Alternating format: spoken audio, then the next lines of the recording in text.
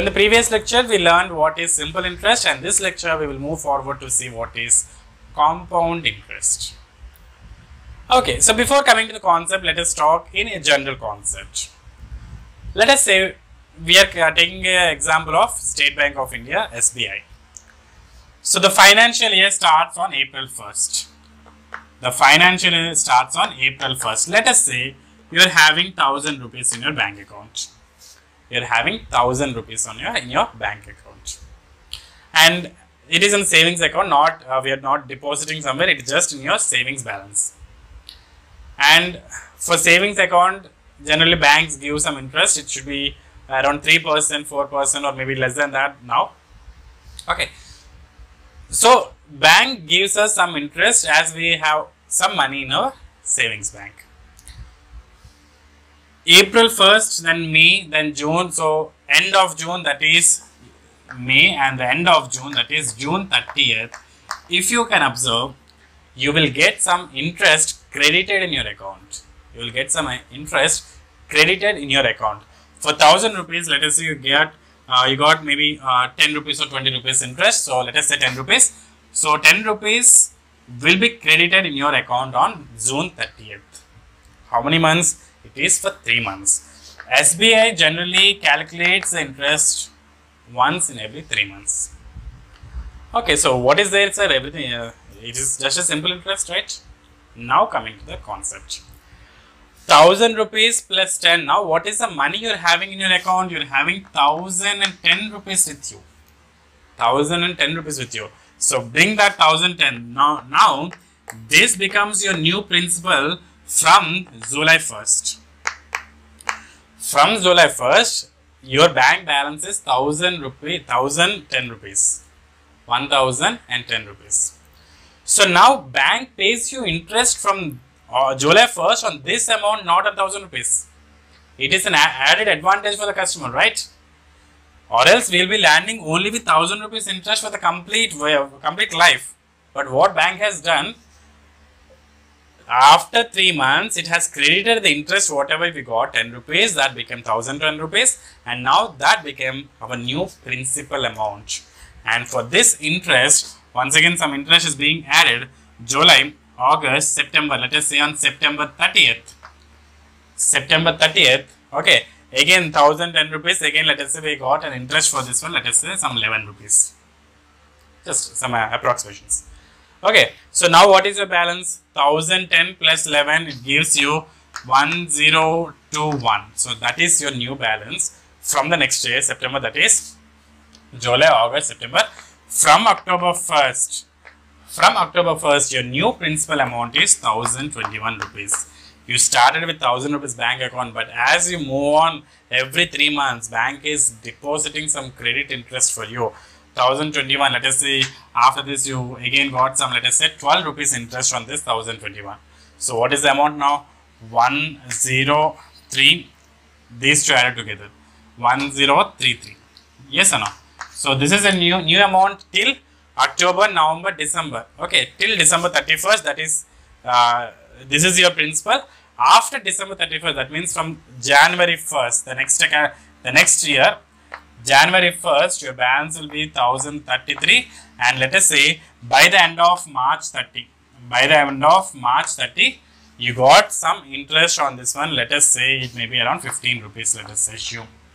So 1033 plus 15 will give you 1048. So this is the ending balance. This is the end balance on April 1st of the next year, March 31st of the financial year, end of the financial year.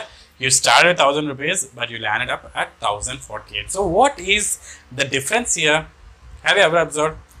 See, it is not just 1000 rupees deposited in the bank at the rate of 4% or whatever it is till one complete year. No, it is different.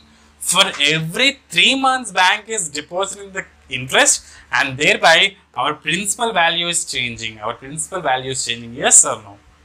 Our principal value changes on every moment where our interest is credited to us. Whenever interest is credited, the new principal varies. principal will become the next amount, new amount. Yes or no? So this method is called compound interest. This method is called compound interest. Whatever interest we are getting is compound interest. So when you are calculating, you can find more than principal interest, you get more interest on compound interest. And see how many times you are actually compounding here. Per year you are taking interest 4 times. Per year you are taking interest 4 times. That means it is compounded 4 times in a year, or we say compounded quarterly. We say compounded quarterly. Banks always gives interest. Not, I don't know about all the banks, but SBI gives interest in quarterly basis. Quarterly compounded. Okay. Let us see. Okay, see here. So let us say we are having in our bank account some balance which we take as principal amount P. And bank is giving us interest. Let us say it is at the rate of I or R, whatever you want to take, whatever it's your wish. Okay. And number of times it is giving in a year, not in a year, in a specific time period.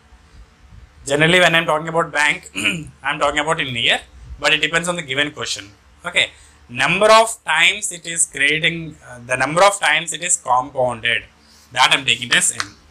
The number of times it is compounded. If it is quarterly, let us say, just the bank example I gave you, quarterly, that means N equal to 4. 4 times the amount is compounded in the given 1 year period. Okay. If it is for 2 years, let us say 4 into 2, 8 times we are getting the amount. If it is 3 years, 4 into 4, 4 plus 4 plus 4 total, 12 times we are getting amount compounded. So that is the same. Number of conversions. Okay. So if you have P rupees with you, okay, at the end of the first period, at the end of first 3 months, let us say for the example, at the end of the first period, bank will pay you an interest of P into I. Yes or no? 10%, let us say interest is 10%, 10% of that principal amount, that is P into I. Correct? So, let us say this is April 1st, you are starting with principal amount. By June, you have ended with this one. So, by July 1st, your new amount will be P into I, right? P into I plus P. This principal and the interest added together to give you this new amount, which I'll write as P into 1 plus I. P into 1 plus I. Correct? Now, what happened? For this amount, again, for the next 3 months, you will get some interest. What is that interest? Interest rate is same. So, the principal amount is P into 1 plus I into its interest. What is that? It is again I. Correct? It is again I. So, what is the final balance that you are getting after adding this principal and interest?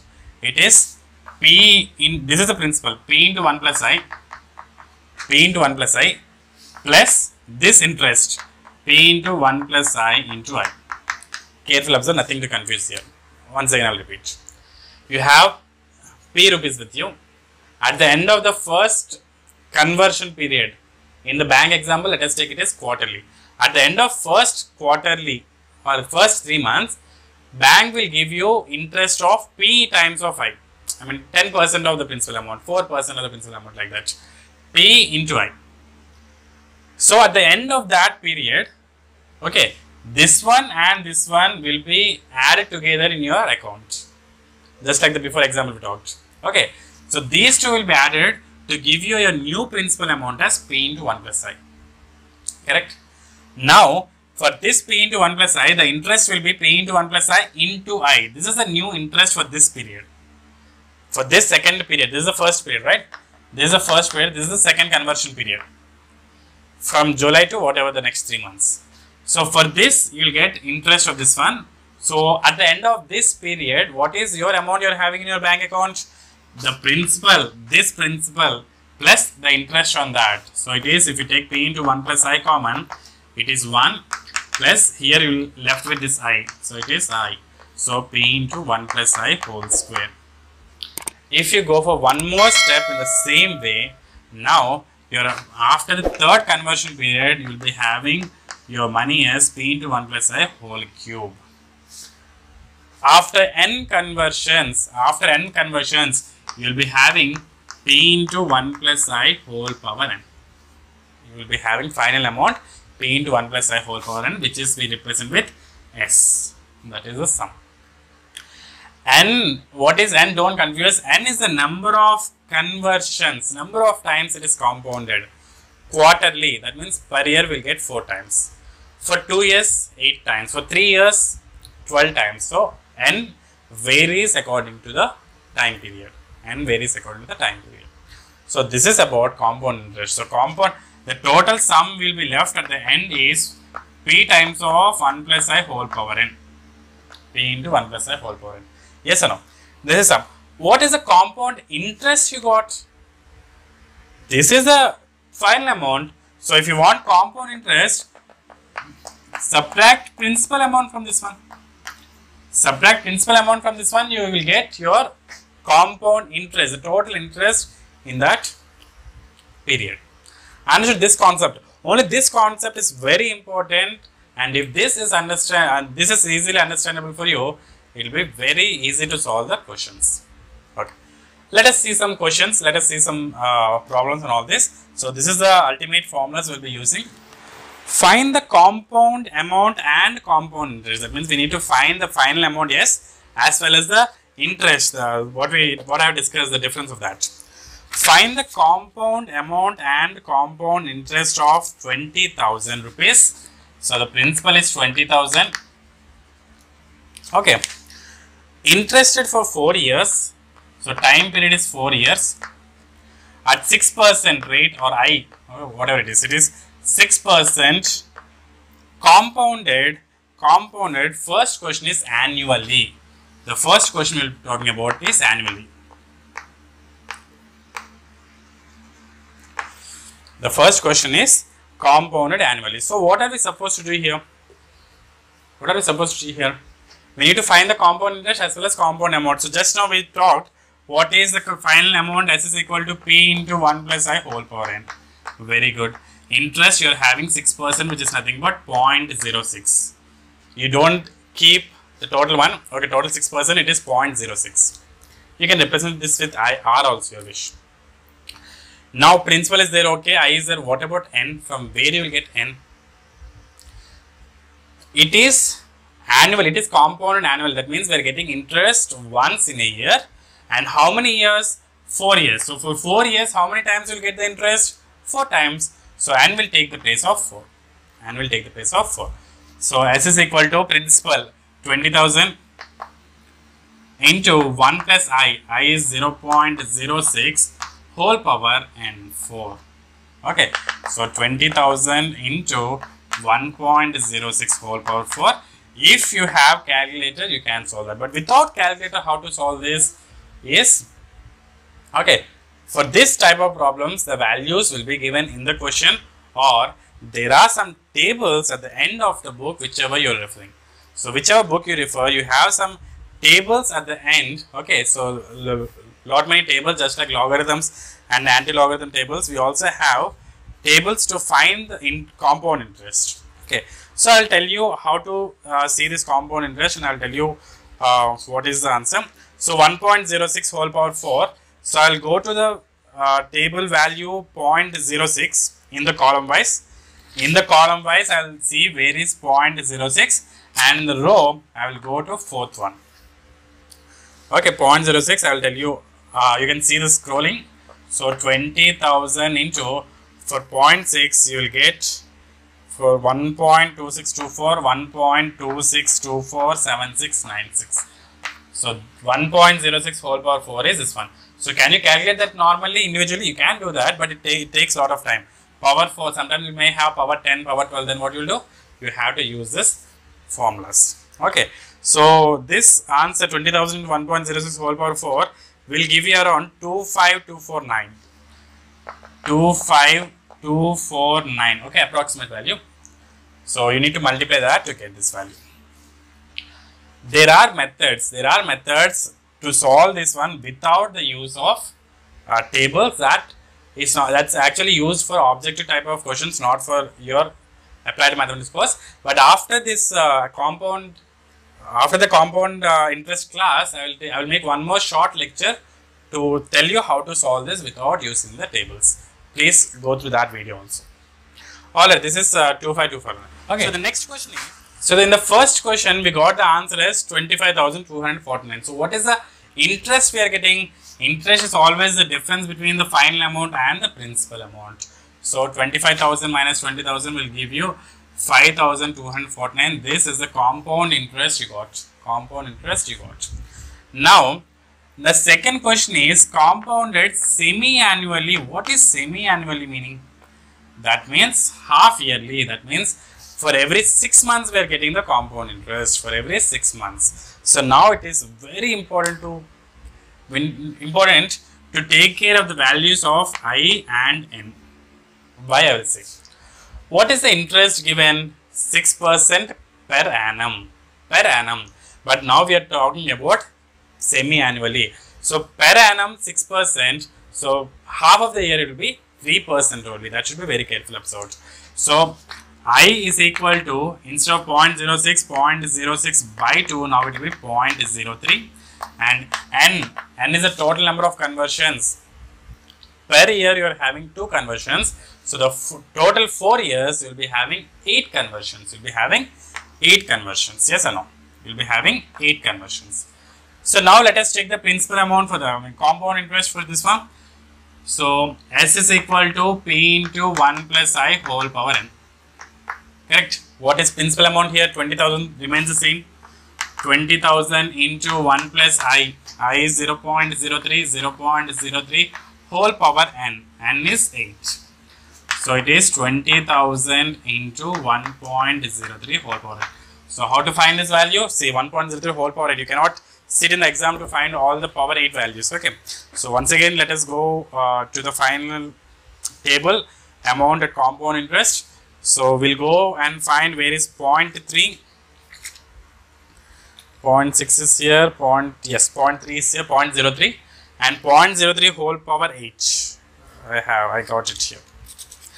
0.03 whole power 8 will give you 1.266. 1.266. You can see the bottom scrolling how to find 1.266 77008. 77008 into 20,000. So this will be your answer. There is a method, students. Just after the compound interest class, I will be discussing that. Don't worry. Okay, that is actually used for objective purpose. But after this class, after the compound interest class, I will make a short video on how to find the value of this one. Okay. So multiply these two. Let us quickly multiply 1.2677008 2s. 8 2s 16, 2001. 2 zeros are 0, 7 2s 14, 7 2s 14 plus 1 15, 6 2s 12 13, 2 2s 4 5 and 2 1s are 2. Okay, so into 1 2 3 4, 4 zeros are there. So 1 2 3 4, you will get it around 25,354 point whatever it is zeros. Okay, just once again calculate this. Calculation is your work. So this is the amount you are getting if it is compounded semi-annually. If it is compounded semi-annually. Alright. So 20,000 is the principal amount. So this is the final amount. So what is the interest you will be having? Interest is, compound interest is difference of these two, 20,000 minus this one. So 5,354. Just check this answer once. I am not sure about the calculation. Okay. So what is the difference between here? Here you are having 5249. Here you are having 5354. So as you decrease the or as you increase the number of times you are getting the compound interest, your interest will also increase. Your interest will also increase. In the same question, we can also have quarterly and monthly. I am not going to solve all this, but I will just tell you what happens to these terms when we are going for compounded quarterly and compounded annually. Principal remains the same, but the remaining parameters change. The next one is compounded quarterly. Compounded quarterly. See here. What happens here? you have the final amount as is equal to P into 1 plus I whole power n. I being the interest per annum because it is given per annum. 6% per annum, but what about quarterly? Quarterly, that means we need to divide with something because it is per year. Say 6% per year, that is 12 months. 6% per 12 months. So I'll write this is 0.06. Now I want to go for quarterly, means it is 3 months. So how much is this? Okay, so it is simply 0.06 into 3 by 12, correct? 0.06 into 3 by 12, or it's simply 1 by 4. As it is quarterly, quarterly means 4 times. So just quarterly means, quarter means 1 by 4. Quarter means 1 by 4. So simply divide 0.06 by 4. 0.06 by 4. That is your new interest. Okay. Then what about N? What about N? See, quarterly. So for per year you are getting 4 times interest. Total 4 years. So you'll be having 16 times. So N will be equal to 16. So from there you need to find the values. Alright. So I'll tell you the answer just for your 0.06 by 4. This is 0.015. Okay. So principal 20,000 into 1 plus 0.015 whole power 16. Okay. So using the tables, you will get this answer as 25379. 25379. Okay. This is when you are going for quarterly. What about if you are going for monthly? If you are compounding monthly, then how to go? If it is monthly per year 12 times, so 4 years it is 48 times now. N is equal to 48. Am I wrong? Per year you will get 12 times your interest, and for 4 years you will be getting total 48 times. Correct. And what about I? I is 0.06 per year, and per month you just divide with 12. 0.06 by 12. So whatever the answer is. So once again you need to apply and you need to find the value using tables. Okay. So I'll also give you the answer for this one. It is 20,000 into 1.005 whole power 48. 25409. It is around 25409. Alright. So this is about compound interest. Let us take quickly one more example and then we will go forward. Okay, so let us go for the next question. See, a certain sum of money is invested at 4% compounded annually. Certain amount, that means we are not having principal amount. So let us take the principal amount as X. We don't know what is that amount. Is invested at 4% compounded annually. So annually, so no need to bother anything, no need to change any interest rates. It is 4%, or you can say I is equal to 0.04. I is equal to 0.04. Okay. The interest for second year is 25 rupees. Interest for second year, not for the first year, not for the final interest. Only for the second year it is 25 rupees. I'll tell you what is that. Find the interest for the third year. The question is find the interest for third year. See here. I have the amount X with me, invested in some bank, 4%. Okay, I am getting some amount. After first year, I again compounded. In the second year, I got an interest of 25 rupees. First year, see here. First year, I am having X rupees. So the interest of that, okay, or the final sum after the first year, P into 1 plus I whole power n. The final sum I will be having after the first year is X into 1 plus I, that is 1.04 whole power, and what is N? N is 1. After the first year, N is equal to 1. Why N is 1? Compounded annually. Given compounded annually, how many times you are getting interest? Only once. Nothing more. Okay, so this is X into 1.04. This is the amount you are getting. Okay. So again in the next year, second year, again you are investing this amount as a principal. Now for this your interest will be added. That is X into 1.04 into once again 1.04 in the second year. Yes or no? P into 1 plus I whole power whole square. Correct. So this is the interest. This is the interest you are having in the second year. whole interest. This value is given as 25. Interest only in the second year. This is not the first year. This is not the complete amount you will be getting. This is the interest in the second year. Yes or no? So leave it like this. X into 1.04 whole square is equal to 25. Now the question is, after third year, what is your interest? After third year, it will be p times of 1 plus I whole cube. For 3 years, it will be 3 times. I will not change because it is given per annum. So no need to change that one. So p into 1 plus I whole cube. So this one we need to find, p means x. So we have x into 1 plus I into 1 plus I into 1 plus I. Yes or no? We have this value already given, that is nothing but 25. So 25 into 1 plus 0.04, that is interest. So 25 times of 1.04. Correct. So that whatever value you get, that is the interest you get in the third year. That is the interest you get in the third year. Okay. So with this information, we'll stop it here. This value will be around 26. We'll have one more class only for the problems on compound interest. Okay. So get back to me in that lecture. Thank you.